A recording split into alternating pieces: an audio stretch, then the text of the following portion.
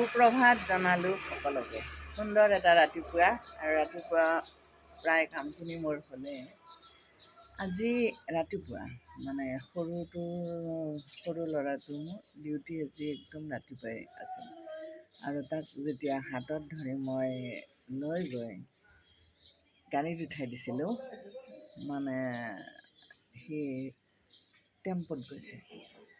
তেতিয়া সি মোক কৈছে কি মা মোৰ স্কুলৰ দিনবিলাকলৈ মনত পৰিছে। মোৰ মানে নিজকে স্কুলত পঢ়া লাগিছে, আকৌ যেন মই স্কুললৈ ওলাই গৈছোঁ তেনেকুৱাই লাগিছে।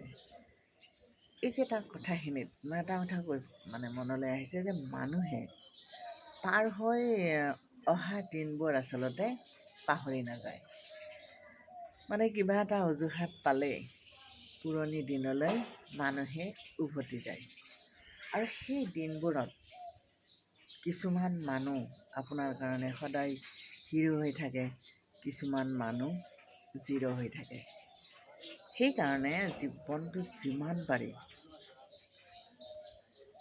মানুহৰ সদায় হিৰো হৈ থকাৰ চেষ্টা কৰিব লাগে।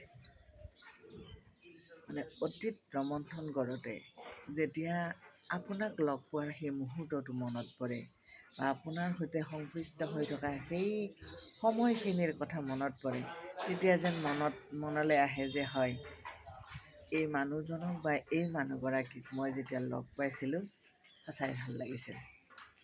ভাল লগা স্মৃতি হৈ থাকিব পৰাটোও কিন্তু বহুত ডাঙৰ কথা।